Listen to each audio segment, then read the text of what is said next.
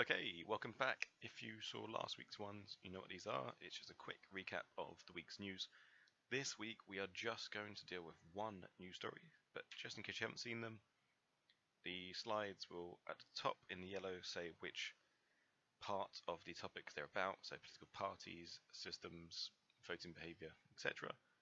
The main screen will just show some key stats or things to trigger your memory while I talk through them, and the real aspect of this is just to think about how does it relate to what you write about in your essays.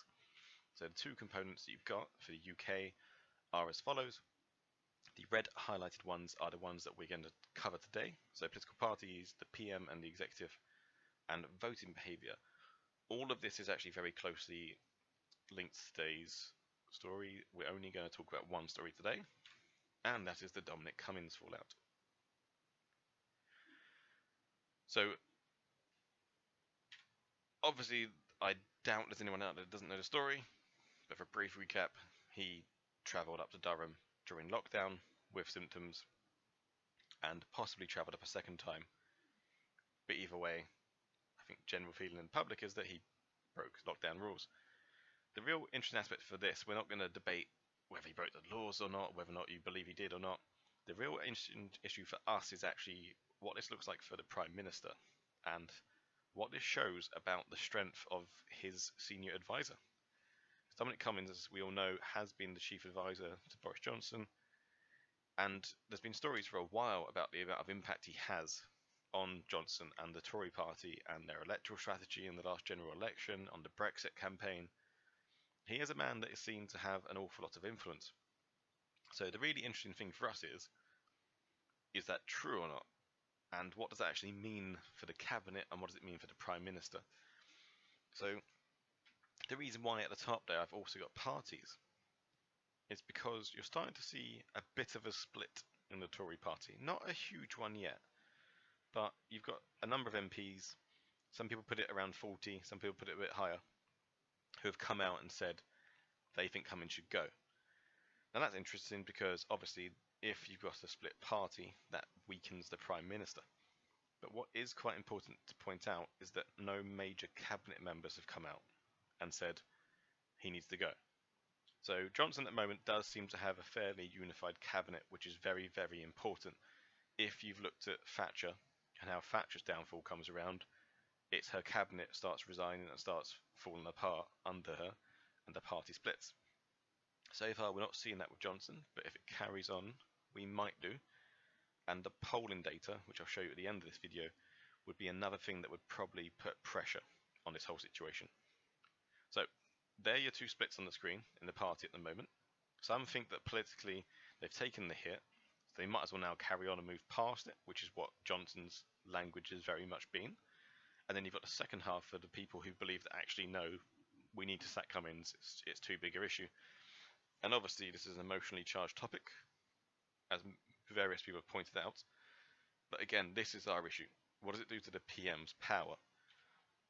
If you were in any doubt of how the Conservative Party have been trying to manage this from the top down, on your screen you've got 4 screen grabs of just responses from MPs in the Tory party, and you can see the highlighted part, which is the exact same language that they've all used, which tells you that they have definitely managed in this from the top down, the Tory party. They've been trying to manage this whole situation and trying to show that they're listening, which interesting, but again sort of shows you the strength of the party at the moment. We talked about last week how Tories were possibly so dominant that they're only going to be, it's like almost like a one-party UK, and now the last week has changed a little bit of that. And as I said earlier on the polling data, now this is what might start to change Johnson's mind, because Cummings and Johnson have always been seen as a duo that are very good at judging the public mood. As you can see, the Tories' approval line has dropped.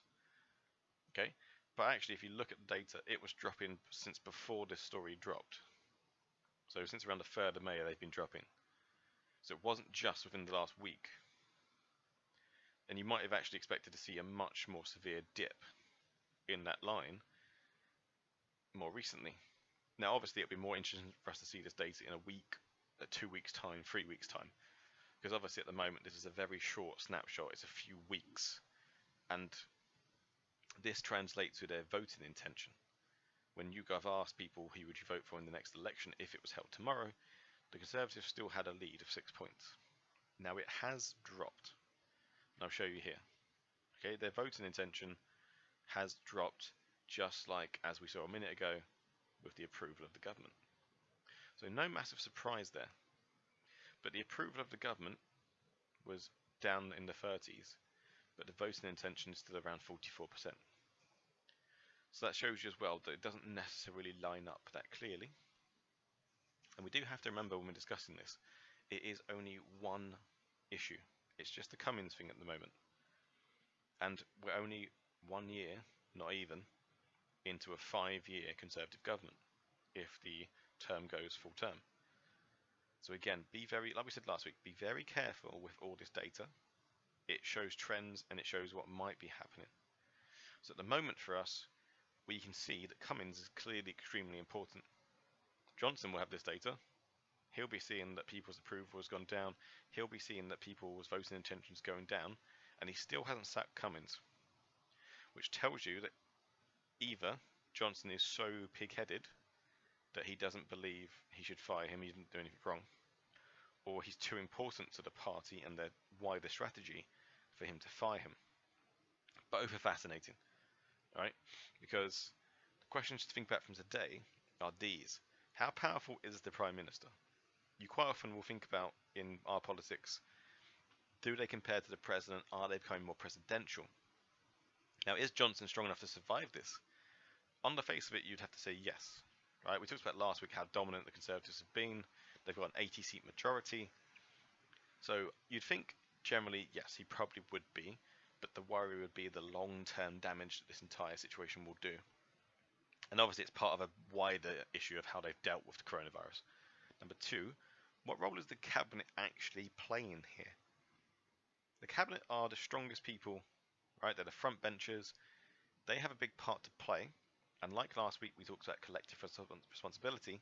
Is that what they're doing here? Are they just rallying around their leader? If they are, it's still a good sign for Johnson, because the Cabinet still supports him. It might be that some of them don't feel strong enough yet to challenge him. Who knows? Rishi Sunak, the Chancellor, is currently our most popular politician, according to polls. So maybe he's playing a long game. We don't know. Third question, is Cummings the puppet master? Is he the one that's pulling the strings behind this whole thing? And that's why actually no one feels strong enough to challenge him, because he's got the ear of the PM.